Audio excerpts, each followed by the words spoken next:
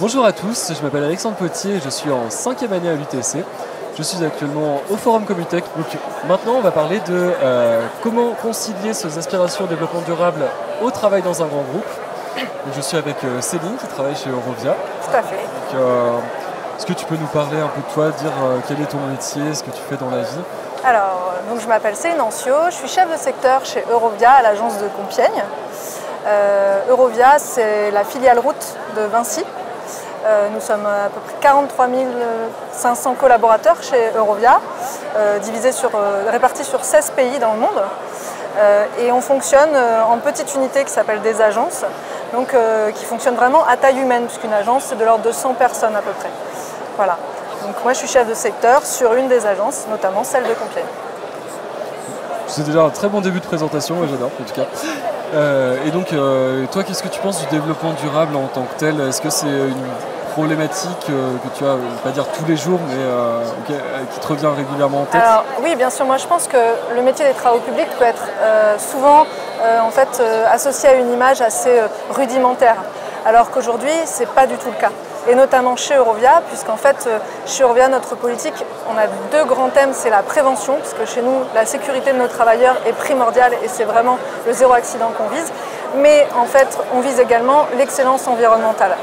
Et au cœur de tous nos différents métiers, c'est ce qu'on veut, c'est accompagner nos clients et donc faire que nos chantiers passent par la transition environnementale, la transition énergétique, etc. Et ça à travers tous nos métiers et tous les stades de nos métiers. Que ce soit par exemple sur le chantier où les ouvriers vont trier leurs déchets, tout va être envoyé dans des centres de valorisation. On a même mis au point par exemple le label environnement pour un chantier. Donc c'est un petit peu un défi pour le conducteur de travaux, le chef de secteur ou le chef d'agence de faire labelliser son chantier. Il propose son chantier en fait au siège en disant voilà, moi je pense que mon chantier peut avoir un label environnement, et il y a comme un petit audit en fait qui se crée pour voir si effectivement les choses sont bien recyclées, s'il y a bien un tri, si le chantier est propre, etc. Et puis à toute échelle, on recommence comme ça, à tous les niveaux. Donc ensuite, on a différents systèmes de matériaux recyclés qu'on utilise. Donc on a plus de 150 unités de valorisation de matériaux. À l'heure d'aujourd'hui, on est un des plus gros producteurs de matériaux européens. Donc on a des carrières, mais le but, ce n'est pas seulement de produire des matériaux dans les carrières.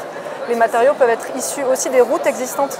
Donc le principe, c'est de revaloriser en fait tout ce qui existe déjà et de reconstruire des routes à partir de routes.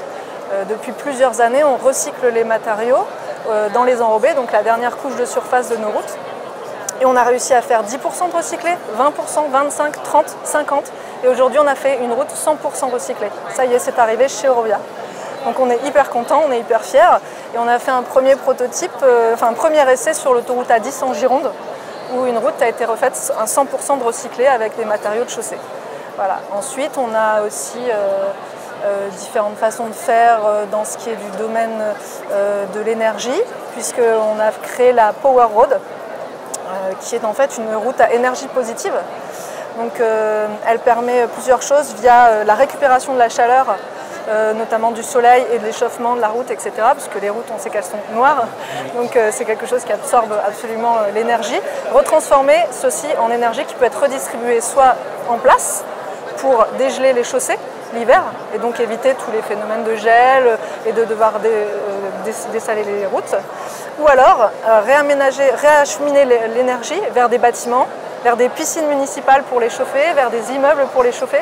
Donc voilà, Eurovia en fait s'inscrit vraiment dans cette démarche de développement durable et de partage de tout ce que la route peut amener à la société en fait. Donc là, ma question va paraître extrêmement redondante parce que tu nous as donné beaucoup d'exemples. Je suis déjà désolé de la poser. La question, c'est de savoir, donc, pour toi, on peut concilier ces envies propres de développement durable avec le travail dans un grand groupe, parce que voilà, c'est une grosse problématique actuelle pour les jeunes ingénieurs, je pense. Ouais. Ouais, tout à fait, et via nos différents métiers. Parce qu'on a un centre de recherche, donc on peut très bien travailler en amont sur des choses qui vont sortir dans 10 ans et vraiment amener ce côté de vouloir travailler sur le développement durable, sur comment la route de demain peut devenir quelque chose de positif et avoir une empreinte positive sur la société. Et pas quelque chose de polluant avec cette idée d'hydrocarbures, voilà, tout ce qui est associé dans la société d'aujourd'hui. Donc ça, c'est du travail en amont sur l'innovation. On a un gros pôle d'innovation chez Eurovia. Et puis au quotidien, par toutes les petites actions qui sont menées, par le dialogue aux riverains, par l'explication de comment sont faits nos chantiers. Voilà, c'est vraiment une de nos priorités et un de nos chevals de bataille. Du coup, est-ce que vous arrivez à vaincre les préjugés, parce que je suppose que vous en avez quand même beaucoup, qui vous touchent, des préjugés sur l'action polluante, etc. Mais je pense que tout passe par la communication. Comme toujours. Donc il y a eu pas mal de campagnes et moi je suis fan quand mon entreprise sort une campagne publicitaire parce qu'en général c'est assez travaillé et on voit aussi tout le côté humain parce qu'avant d'être un grand groupe, on est des hommes et des femmes qui travaillons sous l'égide d'un nom et c'est là que la particularité et les caractéristiques et les caractères de chacun et les envies de chacun peuvent faire avancer le groupe. Et c'est ça qui est important. Je suis totalement d'accord.